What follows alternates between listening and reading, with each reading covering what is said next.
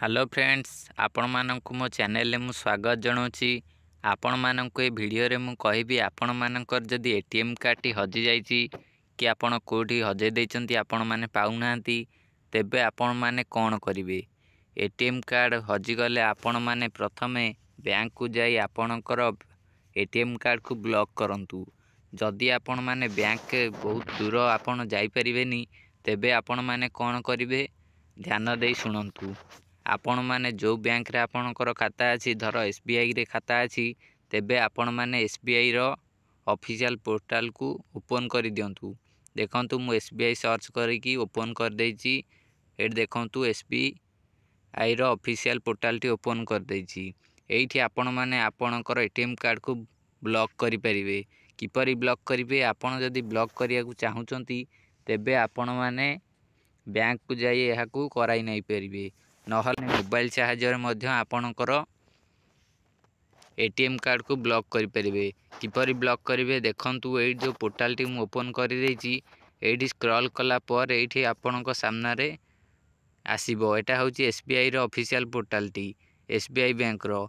जदि आपणकर एचडीएफसी कि आउ अन्य कोनोसी बैंक रो ब्लॉक करिया को चाहुचंती तेबे सेई बैंक रो ऑफिशियल पोर्टल रे जाई करि परिबे। देखंतु एठी लिखा जाइछि block ATM card.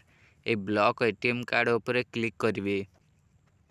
Block ATM card ऊपर क्लिक कला पर एई भली इंटरफेस आसीबो। आपण माने किपरि एटीएम कार्ड को ब्लॉक करिवे एठी सब स्टेप बाय स्टेप लिखा जाइछि। आपण माने एहा को पढि नेबे। मु आपण मानकु मध्य जणाई दउछि। जदि आपण आपणकर स्टेट बैंक एटीएम काम डेबिट कार्ड को एटीएम डेबिट कार्ड को भूल स्थानित करिसंती किंबा हराइसंती तेबे आपण एई कार्यकारिता को व्यवहार करी कार्ड को अवरोध करंतु। अवरोध माने ब्लॉक करंतु। आगो को बढ़िबा पूर्वरु दया करी निश्चिंत करंतु जे आपणकर मोबाइल नंबर को बैंक रे पंजीकृत करिसंती कि नाही। जदि आपणकर मोबाइल नंबर टी बैंक खाता रे पंजीकृत नथिबो, जो एटीएम कार्ड टी आपण हजेले तार जो बैंक पासबुक टी से बैंक पासबुक रे आपणकर नंबर रजिस्टर हबा निहाती दरकार। जदि मोबाइल नंबर एवं अकाउंट नंबर वैलिड अटे तुमे तुमर पंजीकृत मोबाइल नंबर रे एक ओटीपी पाइबो। आपणक पाखकु गोटे ओटीपी आसीबो, से ओटीपी दबा को पड़िबो। एहा पर देखंतु आपणक मोबाइल रे प्राप्त ओटीपी प्रवेश करंतु। अकाउंट रे दिया जाइथिबा समस्त कार्ड प्रदर्शित हेबो। आपणक अवरोध करिबा को चाहुथिबा कार्ड नंबर चयन करंतु एवं दाखल बटन ऊपर क्लिक करंतु।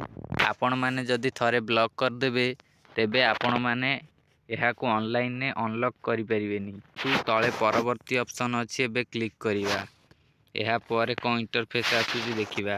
नेक्स्ट स्टेप देखंतु प्रथम आसिल अकाउंट नंबर मागुची, तापरे कंट्री मागुची, तापरे रजिस्टर मोबाइल नंबर मागुची। जो नंबर टी रजिस्टर अछि सेही नंबर टी आपण देबे। एहा पर कैप्चा मागुची, कैप्चा दे आपण सबमिट ऊपर क्लिक कर देबे। एहा पर प्राय ओटीपी ऑप्शन आसीबो। आपण ओटीपी फिल अप कले तापरे आपणकर जो नंबर सिलेक्ट करिया को आसीबो। आपण नंबर सिलेक्ट कला पर तापरे आपणकर एटीएम कार्ड टी को ब्लॉक कर दिया जिवो। तापरे आपणकर एटीएम कार्ड टी ब्लॉक होई जिवो। तेणु करी आपण माने ए जो लेखा गुड़िक अच्छी आपण या पढ़ी नियंतु, जहा द्वारा आपण माने संपूर्ण डिटेल्स रे सब बुझी पारिबे ओ आपणकर जदि एटीएम कार्ड को ब्लॉक करिवार अछि तेबे आपण माने एटीएम कार्ड को ब्लॉक करि नै पारिबे। 6टी स्टेप रे लिखा जाइछि। ए 6टी स्टेप को आपण माने पढ़ी नेबे। ए जो स्टेप रे जहा सब कुआ जाइछि सेही स्टेप देई आपण माने एटीएम कार्ड को ब्लॉक करिवा को पड़िबो।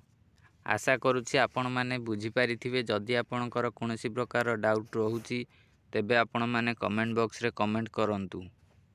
एहा सहित वीडियो को गोटे लाइक करी चैनल को सब्सक्राइब मध्य करंतु।